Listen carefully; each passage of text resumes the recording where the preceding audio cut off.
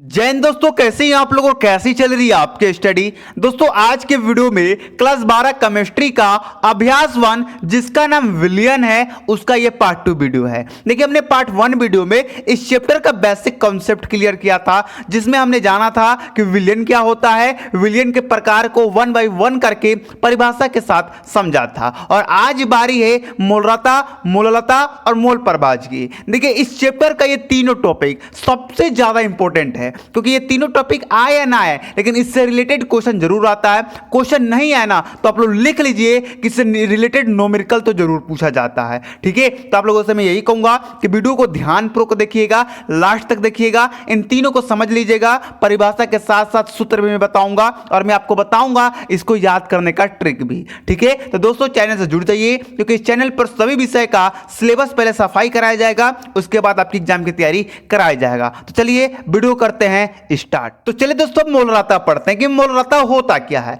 देखिए बहुत important topic है ये, टॉपिक पूछे या ना पूछे, इससे रिलेटेड क्वेश्चन या इससे रिलेटेड न्यूमेरिकल तो आपके एग्जाम में 100% ही आते हैं। तो आपको मैं यही कहूंगा कि ध्यान से समझिएगा, काफी ज्यादा इजी है, कोई टफ है नहीं। ठीक है, तो चलिए मैं आपको समझाता हूं। देखिए विलियन के प्रति लीटर में विलियन क्या होता है ये मैंने पहले ही वीडियो में आपको पढ़ा चुका हूं कि विलियन क्या होता है, बेसिक कॉन्सेप्ट का वो वीडियो है। अगर वो वीडियो आपने नहीं देखा है तो इस वीडियो का लिंक आपको डिस्क्रिप्शन में मिल जाएगा, आप जाकर जरूर देख लीजिएगा। ठीक है, उसमें मैंने बताया कि विलियन क्या होता है, विलियन के अवयव के बारे में पढ़ा है, विलियन के प्रकार के बारे में सारा चीज क्लियर कर दिया है। ठीक है, अगर वो वीडियो नहीं देखेंगे तो ये वीडियो आपको समझ में बिल्कुल भी नहीं आएगा। ठीक है, चलिए देखिए विलियन के प्रति लीटर में, विलियन के प्रति लीटर में उपस्थित विलेय के मोलों की संख्या को विलियन की मोलरता कहते हैं। ठीक है, मैंने पहले वाले वीडियो में आपको पढ़ा दिया है कि विलियन क्या होता है, विलेय क्या होता है। विलेय क्या होता है भाई, विलियन में जिस पदार्थ की मात्रा कम होती है उसे विलेय कहते हैं। और यहां पर कहा जा रहा है कि विलियन के प्रति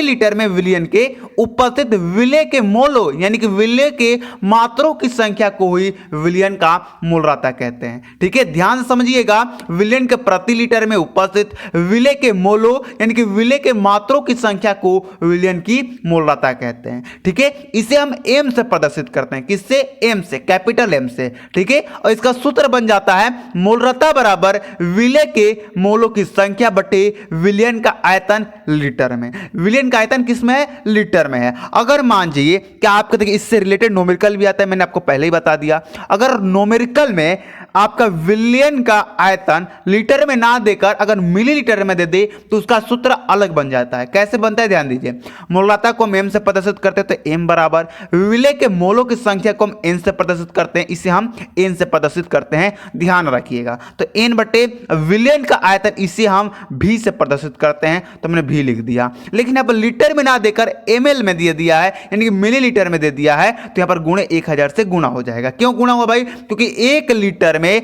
आपका 1000 मिलीलीटर होता है, ये आपको मालूम है। ठीक है, तो ये सूत्र निकल के आ जाएगा अगर आपका विलियन का आयतन लीटर में ना देकर मिलीलीटर में दिया हुआ है तो। ठीक है, अब यहां पर एक और सूत्र बन जाएगा, ये जो एन है ना, एन जिसे हम विलेय के मोलों की संख्या बोलते हैं, इसके बराबर भी एक सूत्र होता है, एन बराबर डब्ल्यू बटे एम। अब ये जो W है ना भाई, ये W भार है, M क्या है, अणुभार है। देखिए अगर आपको सूत्र समझ में नहीं आ रहा है तो टेंशन मत लीजिए, जब इससे रिलेटेड मैं न्यूमेरिकल कराऊंगा ना तो आपको 100% समझ में आएगा। यहां पर क्या करना है, आपको सिर्फ मोलरता का परिभाषा याद कर लेना है और इसका तीनों सूत्र याद कर लेना है। एक तो ये सूत्र बना, एक ये बना और एक और नीचे बनेगा। कैसे बनेगा ध्यान दीजिएगा, एन बराबर होता है डब्ल्यू बटा एम, डब्ल्यू यानी भार, एम यानी अणुभार। तो यहां से एक सूत्र बनेगा, अगर एन की जगह पर हम डब्ल्यू बटा एम रख दे तो एक सूत्र बन जाएगा। जैसे कि एम बराबर यहां पर एन था तो हमने डब्ल्यू बटा एम रख दिया तो डब्ल्यू ऊपर चला आएगा, एम नीचे आ जाएगा, गुणे भी यहां पर ml हो जाएगा, मिलीलीटर हो जाएगा और गुणे 1000 से गुना हो जाएगा। अगर यहां पर लीटर रहता, अगर यहां पर लीटर होता तो ये 1000 से गुना नहीं होता। ठीक है, क्लियर है, समझ गए आप। चलिए अब देख लीजिए, यहां पर W क्या है, विलेय का भार है, M क्या है, विलेय का अणुभार है, B क्या है, विलियन का आयतन है। तो दोस्तों ये रहा था, ये हमारा है मोलरता। मोलरता का परिभाषा मैंने आपको बता दिया, इसके जो 3 सूत्र है इंपॉर्टेंट वो भी मैंने आपको यहां पर बता दिया है। तो मोलरता याद कर लीजिए, साथ में तीनों सूत्रों को बढ़िया तरीके से नोटबुक में नोट करके अच्छे से तैयार कर लीजिए, क्योंकि जब मैं न्यूमेरिकल सॉल्व कराऊंगा तो वहां पर ये बहुत ज्यादा ही काम आएंगे। ठीक है, चलिए दोस्तों जो हमारा नेक्स्ट टॉपिक है उसे भी पढ़ते हैं, अच्छी तरह से उसे भी हम लोग समझ लेते हैं। अभी हमने अच्छे तरीके से मूललता पढ़ा, अब हमें पढ़ना है मूललता। ये भी काफी इंपॉर्टेंट टॉपिक है। आए या ना आए, न्यूमेरिकल तो 100% आएगा। ठीक है, बस आपको कुछ करना नहीं है, ध्यान से परिभाषा को समझ लेना है, परिभाषा याद कर लेना है और सूत्र याद कर लेना, बस इससे ज्यादा कुछ नहीं करना आपको। ठीक है, अगर मान लो कि एग्जाम में आ गया मूललता किसे कहते हैं, तो आपको परिभाषा याद रहेगा तभी ना आप लिखोगे। और अगर मान लीजिए इससे रिलेटेड अगर न्यूमेरिकल आ रहा है तो अगर इसका सूत्र आपको याद है तभी ना आप कर पाओगे।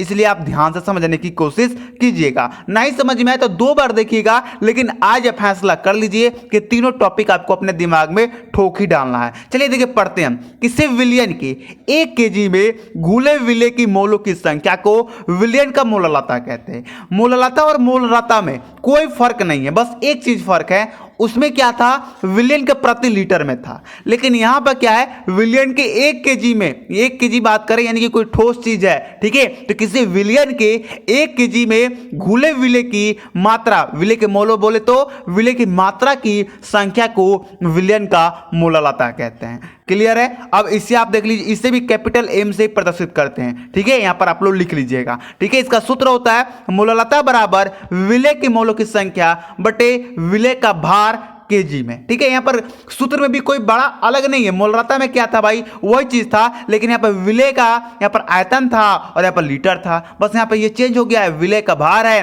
केजी में है। ठीक है, ज्यादा चेंजिंग नहीं हुआ है। ठीक है, अब देखिए यहां पर अगर यहां पर हम इसका शॉर्टकट बात कर लें तो मूललता को हम एम से प्रदर्शित करते हैं, विलय के मोलों की संख्या को एन से प्रदर्शित करते हैं, ये पहले भी हम जान चुके हैं। विलय का भार को हम भी से प्रदर्शित करते हैं, केजी में तो केजी में हमने यहां पर लिख दिया। और मान लीजिए कि यहां पर अगर हम एन का मान रख दें, अभी मैंने आपको पीछे बताया था कि एन बराबर होता है डब्ल्यू बटा एम, डब्ल्यू एन होता है भार, एम एन होता है अणुभार। तो अगर हम एन की जगह पर डब्ल्यू बटा एम रख दे तो सूत्र बनता है एम बराबर डब्ल्यू बटे एम गुणे वी केजी में। ठीक है, तो यहां पर जो डब्ल्यू है विलय का भार है, जो एम है वो विलय का अणुभार है और जो वी है वो विलायक का भार है। अगर मान लीजिए आपको जो न्यूमेरिकल दिया है, जो आपका न्यूमेरिकल दिया है वो केजी में ना देके, विलयन का जो भार है वो केजी में ना देके अगर ग्राम में दिया है तो उसका सूत्र अलग बनता है। देखिए एम बराबर क्या हो जाएगा, डब्ल्यू बटे एम गुणे वी, ग्राम में है तो उसमें 1000 से गुना हो जाएगा। क्यों 1000 में गुना हो रहा है, क्योंकि 1 केजी में 1000 ग्राम होता है, ये आपको मालूम है। ठीक है, तो दोस्तों मूललता में कोई ज्यादा बात है नहीं, आपको परिभाषा मैंने बता दिया कि किसी विलयन में 1 केजी घुले विलय के मोलों की संख्या को विलयन का मूललता कहते हैं। सूत्र भी मैंने आपको बता दिया, जो भी यहां पर इंपॉर्टेंट सूत्र बन रहे थे सारे मैंने आपको बता दिया। क्या है, 2 बस सूत्र ही हैं, एक ये है और एक ये है, ज्यादा कुछ नहीं है। ठीक है, चलिए आगे हम पढ़ते हैं मोल प्रभाज, या इसे कुछ लोग बोलते हैं मोल अंश, जो कि आज की हमारे वीडियो की लास्ट टॉपिक है। और ये तीनों आप लोग नोटबुक में नोट करके अच्छे से तैयार कर लीजिएगा। ठीक है, देखिए ये जो मोल प्रभाज है ना, जिसे कुछ लोग मोल अंश बोलते हैं, इससे कई स्टूडेंटों को हार्ड लगता है, लेकिन ध्यान से समझिएगा थोड़ा भी हार्ड नहीं है। चलिए आगे मैं आपको पढ़ के बताता हूं, उसके बाद मैं आपको समझाता हूं। देखिए किसी विलयन में एक मिनट थोड़ा कॉपी ठीक कर लूं। देखिए किसी विलयन में विलय तथा विलयन का मोलों की, विलयन नहीं होगा यहाँ पे विलायक होगा, विलय तथा विलायक। ठीक है, विलयन तथा विलयन के मोलों की किसी विलयन में विलय तथा विलयन के मोलों की संख्या का अनुपात या विलायक एवं विलयन की मोलों की संख्या के अनुपात को मोल प्रभाज कहते हैं। अब आप कहोगे सर ये क्या बक दिए, कुछ समझ में आया नहीं, तो चलिए मैं आपको समझाता हूं। देखिए किसी विलयन में, कोई विलयन है उसमें विलय जो है और उसके साथ साथ विलयन के मोलों की संख्या के अनुपात को, या विलायक जो विलयन में जो आपका विलायक उपस्थित है उस विलायक एवं विलयन के मोलों की संख्या को, अनुपात को हम क्या कहते हैं, मोल प्रभाज कहते हैं। ठीक है, चलिए अब देख लीजिए, पर समझ गए परिभाषा क्या है। अब यहां पर आप देख लीजिए, अब समझिएगा ध्यान से, यहां पर आपको मैं समझाऊंगा चित्र के माध्यम से। देखिए कॉपी पर आपको पानी के छींटे दिखाई दे रहे होंगे, ये हमारा पसीना है भाई, क्योंकि यहाँ पर पंखा मैं नहीं चला रहा हूं, क्योंकि पंखा का साउंड अगर आपके वीडियो में आएगा तो उससे आपको तकलीफ होगा सुनने में, इसके लिए एक लाइक जरूर कीजिए आप लोग। ठीक है, देखिए यहां पर एक हमारा क्या है, विलयन है। ये क्या है हमारा विलयन, इसमें 2 चीज होते हैं, आपको तो मैं पहले ही बता चुका हूं, एक विलय होता है और एक विलायक होता है। तो मान मानिए अगर हमें विलय का मोल प्रभाज निकालना है तो कैसे निकलेगा भाई, इसे हम एन बी नाम दे देंगे। अगर हमें विलय का मोल प्रभाज निकालना है तो इसे हम एन ए नाम दे देंगे। ठीक है, अब देखिए यहाँ पर नीचे मानव विलयन के दो घटक ए व बी हैं। ये जो विलायक इसे हमने ए नाम दे दिया, जो विलय इसे हमने बी नाम दे दिया। जिनके मोलों की संख्या हमें ज्ञात करनी है, यानी कि मोल अंश याद करता है या मोल प्रभाज ज्ञात करना है, तो हमने इसे एन व एन बी दे दिया। एन ए इसे मान दिया, इसे एन बी मान लिया। अब जैसे मानिए हमें विलय का मोल प्रभाज ज्ञात करना है, यानी कि इसे हमने ए नाम दिया, तो यहाँ पर ए का मोल प्रभाज क्या हो जाएगा, ए का मोल प्रभाज हो जाएगा गुणे ए। देखिए यहाँ पर ए का मोल प्रभाज गुणे ए बराबर एन ए बटा N A plus N B हो जाएगा। कुछ ज्यादा है ही नहीं, बस आपको ध्यान से सूत्र समझना है। नहीं समझ में आया, रुकिए अब 1 मिनट में इसके माध्यम से आपको समझाने की कोशिश करता हूं। देखिए यहाँ पे, अब यहाँ पर अगर मानिए कि आपको विलय का मोल प्रभाज ज्ञात करना है तो कैसे ज्ञात करेंगे, ध्यान दीजिएगा। देखिए बी का मोल प्रभाज क्या हो जाएगा, गुणे बी हो जाएगा, अब बराबर में एन बी बटा N A plus N B हो जाएगा। ठीक है, कोई ज्यादा नहीं है। देखिए एक विलयन है, उसमें एक विलय है, एक विलायक है। विलायक को हमने नाम ए दे दिया, विलय का हमने नाम बी दे दिया। अगर विलायक का अगर आपको मोल प्रभाज ज्ञात करना है तो इसे हमने एन ए नाम दे दिया जी। अगर विलय का मोल प्रभाज हमें ज्ञात करना है तो इसे हमने एन बी नाम दे दिया। ठीक है, तो मान लीजिए हमें विलय का मोल प्रभाज ज्ञात करना है तो बी का मोल प्रभाज होगा, क्योंकि हमने इसे बी नाम दे दिया। पर आप विलय भी लिख सकते हो, कोई दिक्कत नहीं है। तो विलय का मोल प्रभाज गुणे क्या हो जाएगा, बी हो जाएगा, बराबर में एन बी बटा N A plus N B हो जाएगा।